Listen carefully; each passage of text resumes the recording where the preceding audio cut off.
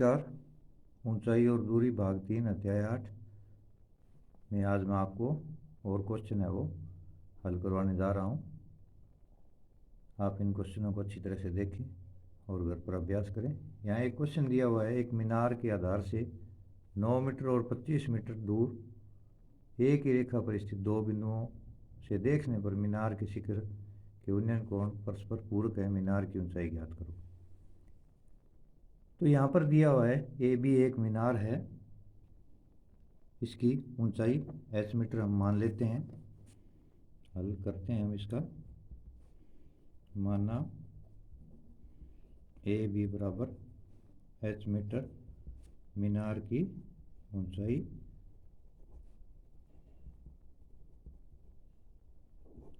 ये मीनार की ऊंचाई h मीटर हमने मान ली। यहाँ से दो पूरक कोण है वो थीटा और 90 माइनस थीटा। पूरक कोण वह होते हैं जिन दो कोणों का योग है वो 90 डिग्री हो, जैसे 10 डिग्री का 80 डिग्री, 80 का 10 डिग्री। तो यहाँ पर जो बिंदु डी है और सी है, ये बी से 25 मीटर और डी बिंदु सी से 9 मीटर की दूरी पर है, जो थीटा और 90 माइनस थीटा के कोण बनाते हैं। तो अब हम क्या करते हैं, त्रिभुज लेते हैं ए बी डी में क्या है, त्रिभुज ए बी डी में tan थीटा बराबर लंब बटे आधार। हर बार है हम वही सूत्र इस्तेमाल करेंगे, लाल बटे कक्का का, तो लंब और आधार। तो यहाँ पर tan है, ये थीटा ही रखेंगे क्योंकि थीटा दिया हुआ है, लंब h है और आधार यहाँ पर कितना है 9। ये समीकरण नंबर कर देंगे, एक रख देंगे इसको। इसके बाद में अपने जो दूसरा त्रिभुज है वो लेंगे, त्रिभुज ये पूरा A B C, A B C में इसमें क्या है, tan 90 माइनस थीटा दिया हुआ है, tan 90 माइनस थीटा। तो इसमें भी ये लंब हो जाएगा और बी सी आधार हो जाएगा। तो यहाँ पर L बटा ए, तो ये हमारा हो जाएगा h बटे 25। अब यहाँ पर क्या है, ये tan 90 माइनस थीटा है, तो प्रथम चतुर्थांश में जो सभी मान होते हैं वो बदल जाते हैं। tan 90 में से कोई भी मैं घटाऊंगा थीटा या अन्य न्यून कोण, तो वह कोट थीटा में बदल जाता है। इसको हमेशा याद रखें, कोट थीटा बराबर h बटे 25। अब यहाँ पर क्या है, ये बन गई हमारी कोट थीटा का मान, हमने tan 90 माइनस थीटा को कोट थीटा में बदल दिया। हम क्या करेंगे, ये होगी हमारे समीकरण नंबर 2। अब इक्वेशन 1 एंड 2 से tan theta cot theta, tan theta cot theta is equal to h बटे 9 इंटू h बटे 25, या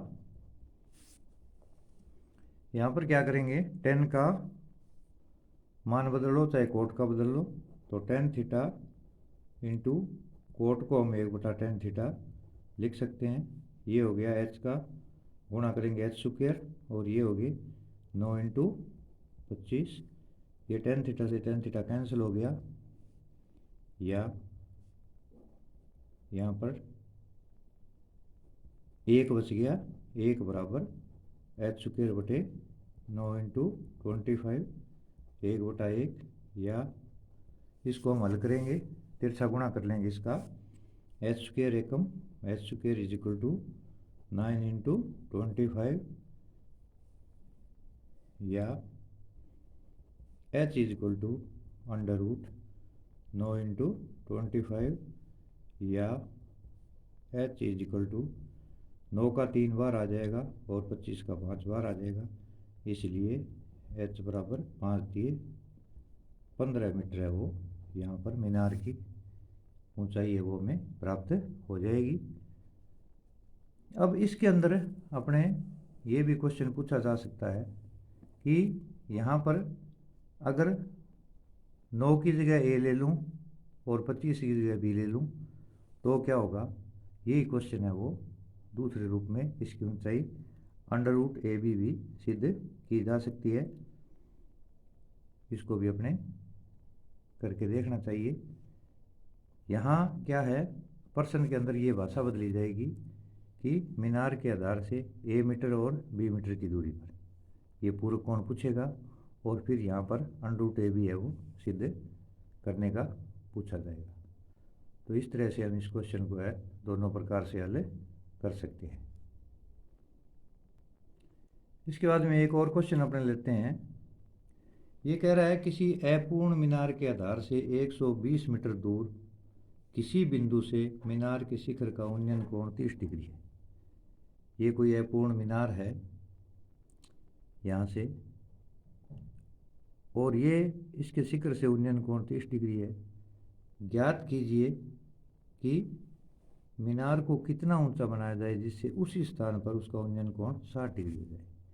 अब हम मीनार को कितना ऊंचा और बढ़ा दें कि यही कोण है वो 30 डिग्री वाला है वो 60 डिग्री में बदल जाए। तो अपने क्या करेंगे, यहाँ पर मान लेते हैं, माना मीनार को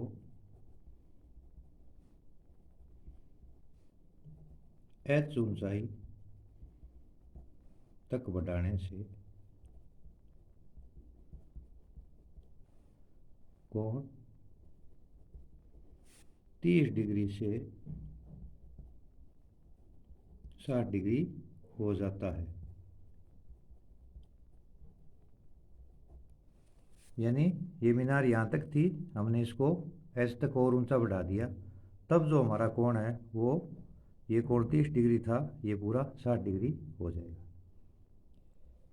अब सबसे पहले अपने लेते हैं त्रिभुज ए बी सी में ए बी सी, वही लाल कक्का वाला सूत्र, tan थीटा बराबर लंब बटे आधार या tan, यहाँ पर थीटा की जगह 30 डिग्री है, लंब ए बी ले लेंगे इसका और बटे में 120। tan 30 का मान हमारा होता है a√3, तो ये हो गया ए बी बटा 120। अब यहाँ से हम ए बी का मान निकाल लेंगे। ए बी को √3 से गुणा करो, √3 ए बी बराबर 120 एकम 120, ए बी बराबर 120 बटे √3।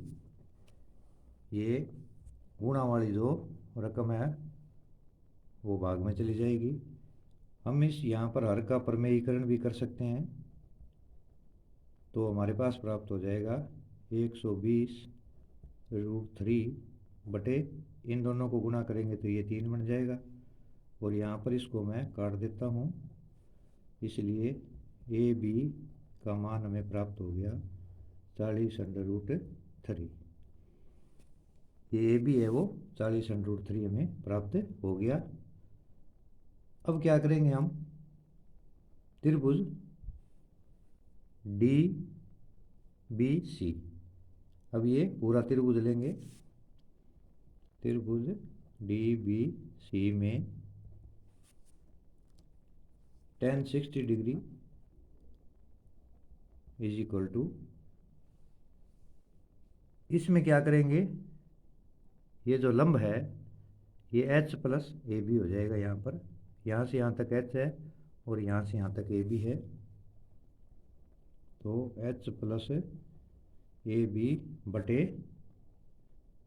120, क्योंकि आधार वही है दोनों का, दोनों त्रिभुजों का आधार सेम है, आधार में यहाँ पर कोई बदलाव नहीं लाना है।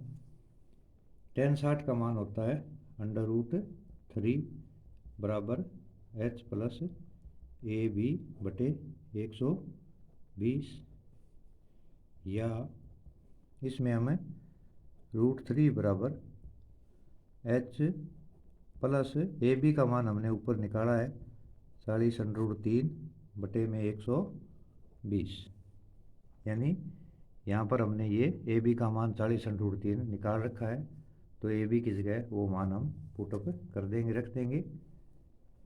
इसके बाद में हमें केवल इसको आगे हल करना है, तो इसका बटा 1 ले लें, तिरछा गुणा कर दें, या ये 1 से गुणा करेंगे तो वही रकम आ जाती है 40√3 बराबर 120√3।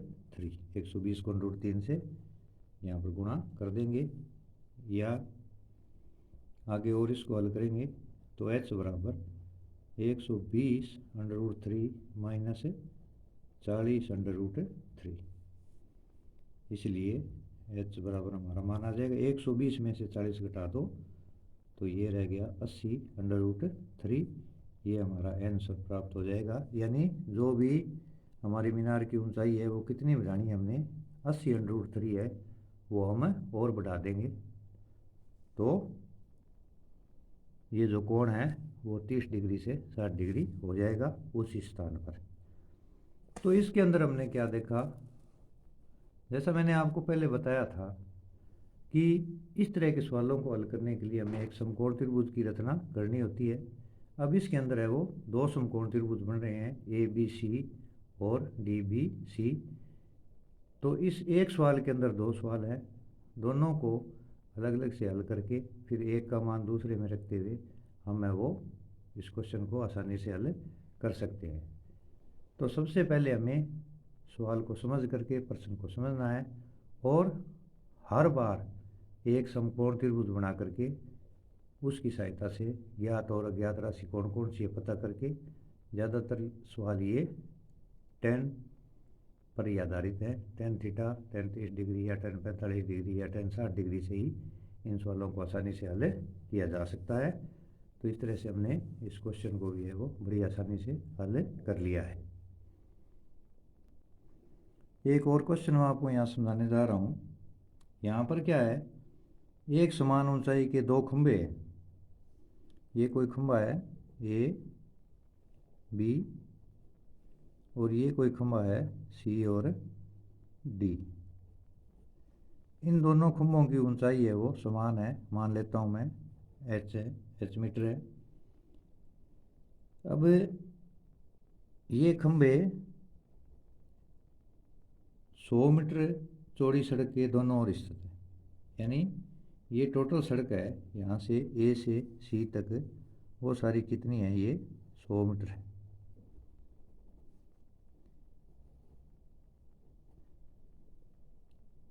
सौ मीटर चौड़ी सड़क पर दो खंभे ए बी और सी डी जिनकी ऊंचाई समान है लगे हुए हैं, और इनके दोनों खंभों के शीर्ष से दोनों तरफ जो उन्नयन कोण है वो बनते हैं, एक तो 30 डिग्री का और एक इधर 60 डिग्री। पी पर ये दोनों उन्नयन कोण है वो बना रहे हैं, खंभों की ऊंचाई यहाँ पर क्या है, समान है। अब हमें यहाँ पर ज्ञात क्या करना है कि सड़क पर स्थित उस बिंदु की स्थिति क्या है और खंभों की ऊंचाई कितनी है। बिंदु की स्थिति क्या है और इनकी ऊंचाई कितनी है, और प्रश्न में यहाँ दे दिया है कि खंभे हैं वो दोनों समान ऊंचाई के हैं। तो हम यहाँ पर इस प्रश्न को हल करेंगे। माना खंभों की समान ऊंचाई बराबर h मीटर। धन्यवाद। ये जो खंभे हैं इनकी दोनों की समान ऊंचाई कितनी है, h मीटर है, और ये कोण APB बराबर 60 डिग्री, APB 60 डिग्री तथा कोण CPD बराबर 30 डिग्री। या अपने इसको शब्दों में लिख सकते हैं कि दोनों खंभे शीर्ष से बिंदु P पर 60 डिग्री और 30 डिग्री का उन्नयन कोण बनाते हैं। तो अपने सबसे पहले लेते हैं इनमें से कोई भी एक त्रिभुज ले लो। तो जैसे मैं सबसे पहले त्रिभुज लेता हूँ पी ए बी में, ये त्रिभुज ले लेते हैं। त्रिभुज पी ए बी में क्या है, tan थीटा बराबर ए बी बटा ए पी, ए बी बटा ए पी। यहाँ मैंने नाम लिख दिए हैं, कोई फर्क नहीं पड़ेगा, आप लंब बटे आधार लिख सकते हो इस त्रिभुज का। तो लंब ए बी है, आधार ए पी है। तो यहाँ पर दिया हुआ कितना है, tan 60 डिग्री बराबर ए पी कितना माना हमने, h माना, और ए पी को मान लेता हूँ मैं x। इसको क्या करते हैं अपने x मान लेते हैं। तो ये जो पीछे बचेगा ये हमारा बच जाएगा 100 माइनस x। तो tan 60 का मान होता है हमारा, this implies √3 is equal to h बटे x।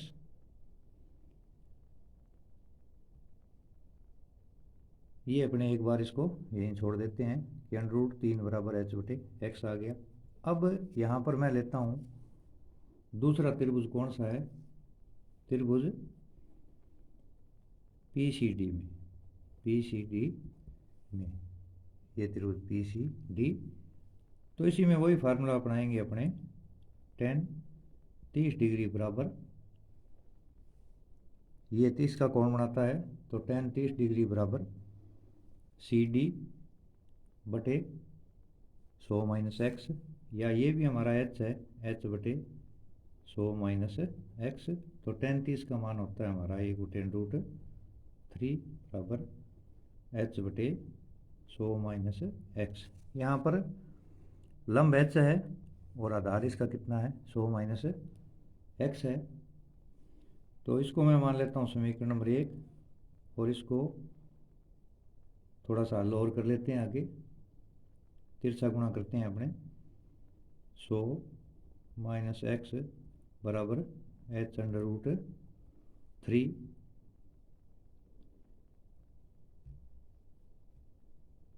यहाँ पर h निकालना है तो इसको अपने उल्टा करके भी लिख सकते हैं, h√3 बराबर 100 माइनस x।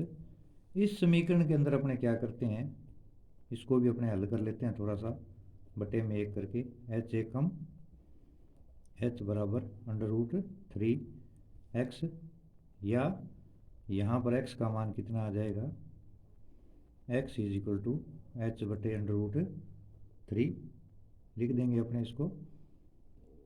अब ये जो x का मान है वो हम इसके अंदर रख देते हैं, h√3 बराबर 100 माइनस h बटे √3।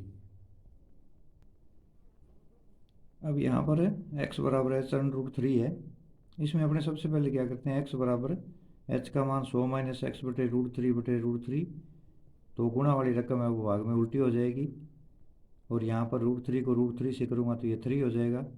तो 3x बराबर, तिरछा गुणा कर देंगे अपने 3 को x से, तो 3x बराबर 100 माइनस x, तो 4x बराबर, ये x इधर आ गया, 4x बराबर 100, तो x बराबर 100 बटे 4 बराबर 100 से 4 कट जाएगा 25, तो x का मान हमें यहाँ पर 25 से प्राप्त हो जाएगा।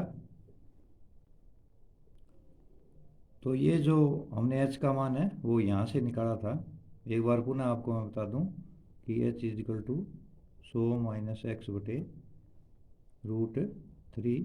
इसको आगे यहाँ से ऐसे करने की इसको आवश्यकता ही नहीं है, इसको हम नहीं करेंगे, h का मान यहाँ से यहाँ रख दिया था। अब क्या करेंगे, हमें x का मान है वो 25 प्राप्त हो गया है। तो समीकरण जो 1 है हमारी, x बराबर h बटे √3, समीकरण 1 से x बराबर h बटे √3, x का मान मैंने 25 निकाला है, तो h बटे √3 या बटा 1 कर लें, h एकम h बराबर 25√3। तो h का मान हमें यहाँ पर प्राप्त हो गया 25√3। इसको अपने आगे भी हल कर सकते हैं, 25 × 1.732 इसको जब गुणा करेंगे तो हमारा आ जाएगा 43.3 मीटर।